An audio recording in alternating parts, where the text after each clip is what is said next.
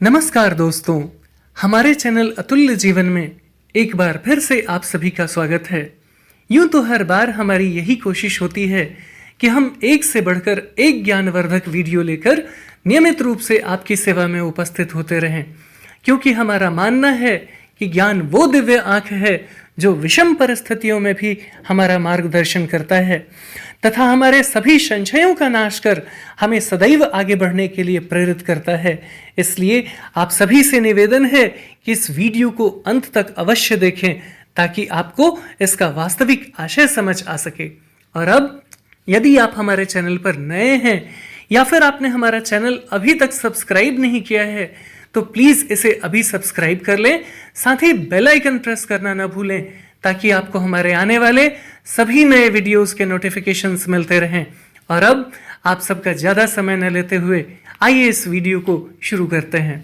यूं तो हमारा आशावादी होना एवं सकारात्मक दृष्टिकोण रखना अपने आप में एक प्रशंसनीय गुण है जिसकी सराहना लोग सदियों से करते आए हैं।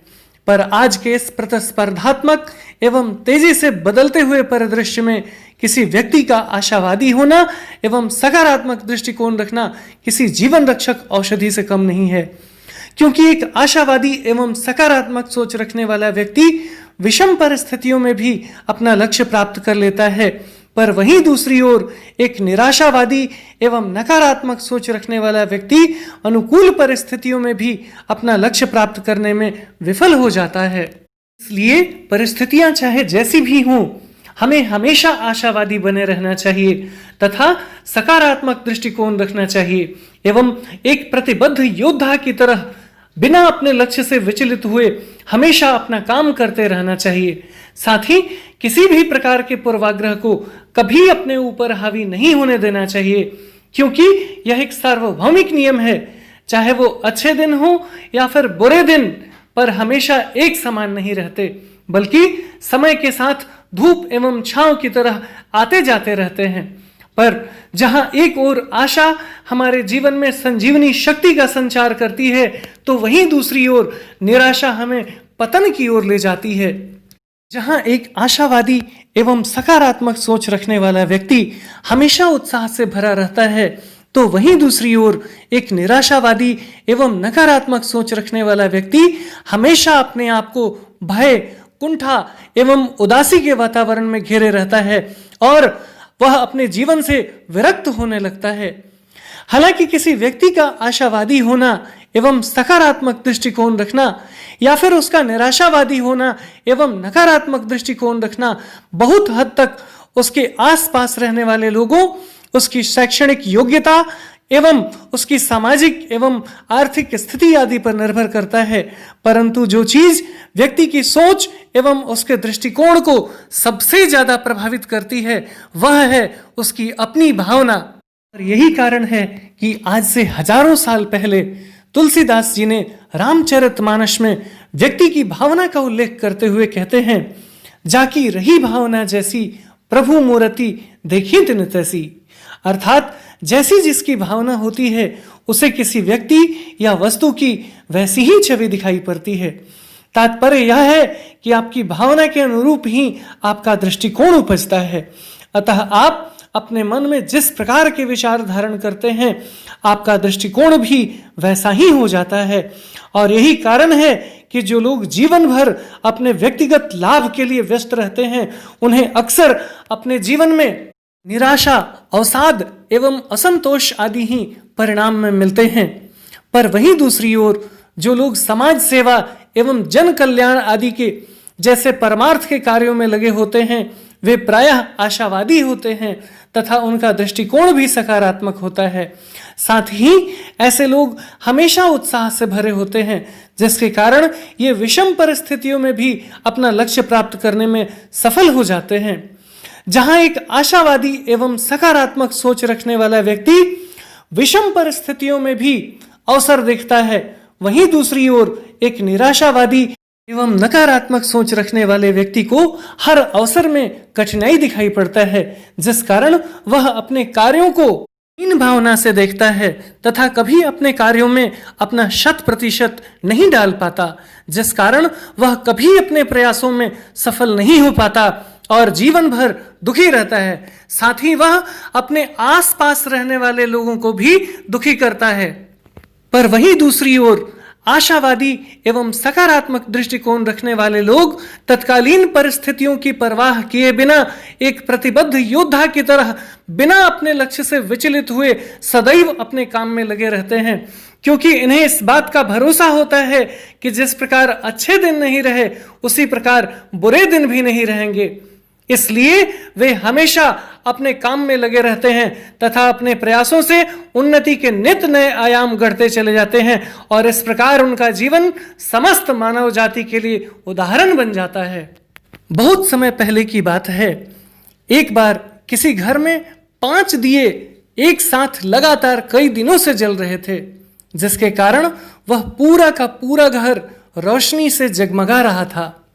यूं तो उस घर के समृद्धि के चर्चे आते जाते हर किसी की जुबान पर रहते थे। यहां तक कि दूर दराज के गांव वाले भी उस घर की प्रशंसा करते नहीं अघाते थे, पर उस घर के लोगों को इस बात से कोई फर्क नहीं पड़ता था। उन्हें लगता था कि उनके पास जो कुछ भी है वह सब कभी खत्म नहीं होगा और यदि हो भी जाएगा तो वे जब चाहें तब उसे फिर से इकट्ठा कर लेंगे। और उनके इस आवश्यकता से अधिक आत्मविश्वास के कारण वे चीजों पर ध्यान नहीं देते थे तथा अपने आसपास होने वाले परिवर्तनों से बेखबर रहते थे। और उनके इसी बेरुखी से तंग आकर एक दिन पहले दिए ने सोचा, यहां इस तरह मेरे लगातार जलते रहने के बावजूद भी इन लोगों को मेरी रोशनी की कोई कदर नहीं है, इसलिए बेहतर यही होगा कि मैं अब बुझ जाऊं। और इस प्रकार खुद को व्यर्थ समझकर वह दिया बुझ गया। क्या आप जानते हैं वह दिया कौन था? वह दिया उत्साह का प्रतीक था। यह देखकर दूसरा दिया जो शांति का प्रतीक था वह भी अपनी हिम्मत खो बैठा और बुझ गया। और इस प्रकार उत्साह और शांति के दियों के बुझ जाने के बाद तीसरा दिया जो अपने आप में हिम्मत का प्रतीक था वह भी अपनी शक्ति खो बैठा और बुझ गया। इस प्रकार उत्साह, शांति तथा हिम्मत के प्रतीक इन तीनों दियों के एक एक कर बुझ जाने के बाद चौथा दिया जो समृद्धि का प्रतीक था उसने भी बुझ जाना ही उचित समझा और धीरे धीरे वह भी बुझ गया। इस प्रकार वो चारों दिए एक एक कर बुझते चले गए और अब केवल 5वां दिया ही अकेले जल रहा था। हालांकि वह उन 5 दियों में सबसे छोटा था, फिर भी वह लगातार जल रहा था। और इससे पहले कि वह 5वां दिया भी बुझ जाता उस घर का मालिक वापस आ गया और घर में घुसते ही उसने देखा कि घर के सारे दिए बुझ चुके हैं पर एक दिया अब भी लगातार जल रहा है। और यह देख उसकी खुशी का ठिकाना नहीं रहा। फिर क्या था, उसने उन बुझे हुए दियों की परवाह किए बिना तुरंत वह 5वां दिया उठाया और उन बुझ चुके सभी चारों दियों को फिर से जला दिया। क्या आप जानते हैं वह 5वां दिया कौन सा था?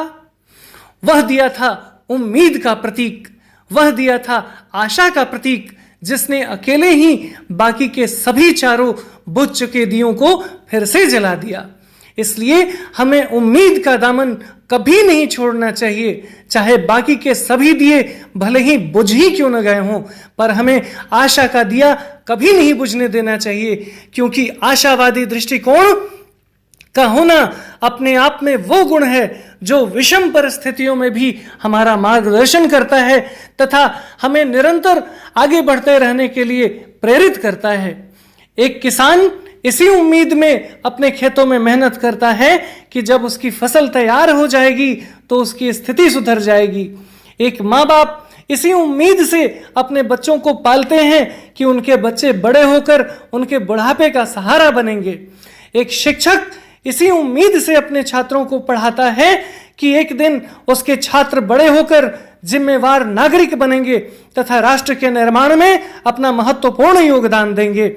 और तो और एक बूढ़ा व्यक्ति भी इसी उम्मीद से पेड़ लगाता है ताकि एक दिन उसके बच्चों को फल मिलेगा तथा उसकी छाया में उसके बच्चे खेल सकेंगे।